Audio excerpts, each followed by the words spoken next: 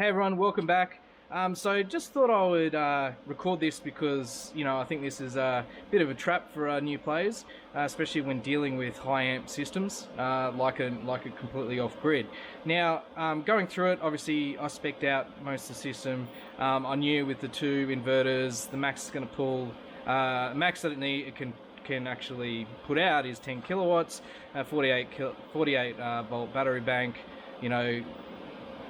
Give some conversion loss and all the rest of it.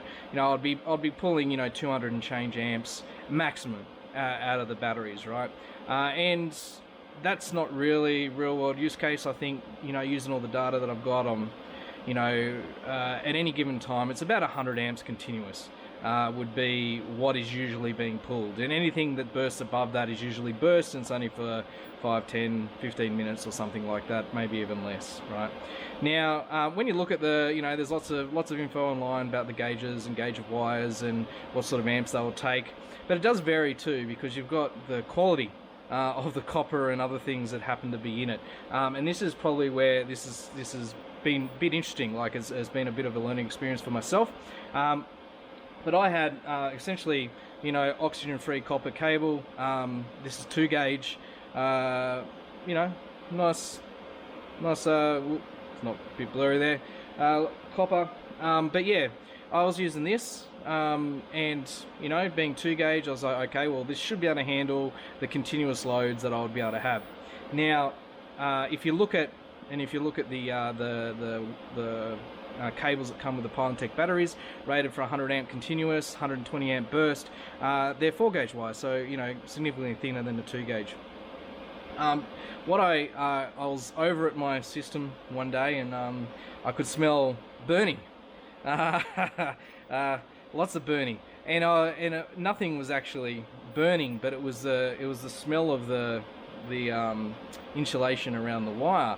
Now I'll show you, I've already replaced one here. So this one here is the old wire that connected essentially the bus bar down here, which I've now got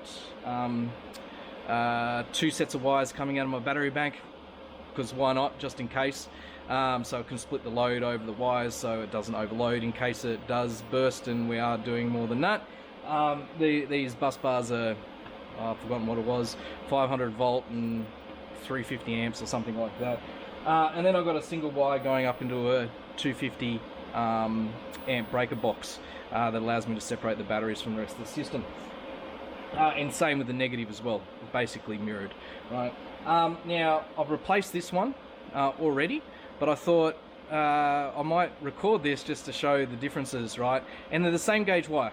So this is the new one that's going to be going on the negatives. They're 4 gauge wire, basically identical except different brands. This one I got a mate who works in the auto elect industry, and he just lets me at his cables, and I know they're high quality. Where this one, I would have purchased it like 20 years ago off eBay or something, back when I was putting stereos and stuff in the cars, and just go, okay, copper wire, great.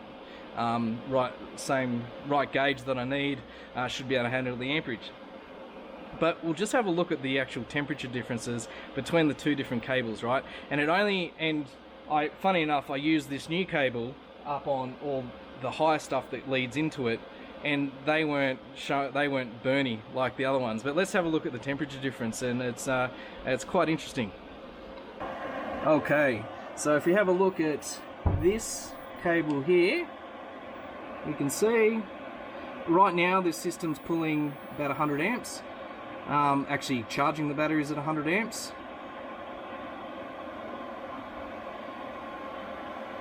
And it's got 30 degrees. Great.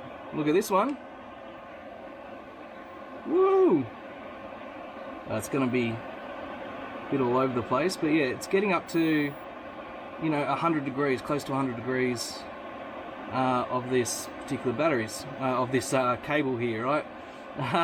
And I know for a fact it's actually very, it hurts to actually touch it, but it's very sticky, because I know this insulation is only rated to about 70 degrees.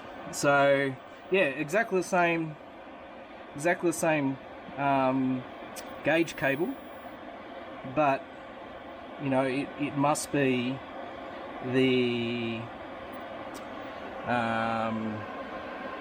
quality of the actual copper that's.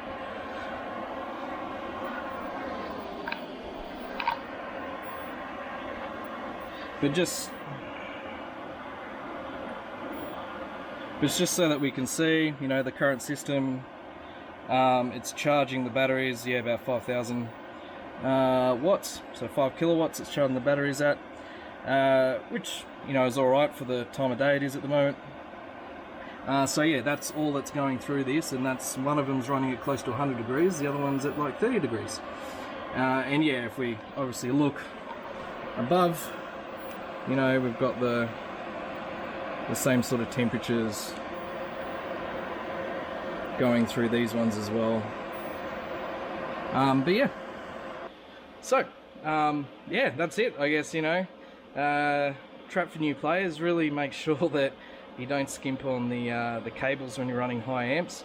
I was going to go up to, you know, 0 gauge if I had to, just to be sure, but after doing the testing with this cable, which is, it's got no brand on it, I actually don't know what it is, but it's definitely rock solid compared to the other stuff I was using. But anyway, you know, would be glad to get some feedback from other people out there. You know, what's your experiences? If you had any oopsies, anything catch on fire. I will be doing a follow-up video, just waiting on some hardware to arrive to actually show the differences between 12 volt, 24 volt and 48 volt systems around the ampage and the safety and all the rest of it.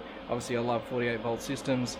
You know, if this was a 24 volt system, then the ampage I would need would be like 400 amps, and that would be pretty crazy to be able to push through, at least very expensive as far as the kit goes. But anyway, hope everyone stays safe out there. Have a good one. See you, bye.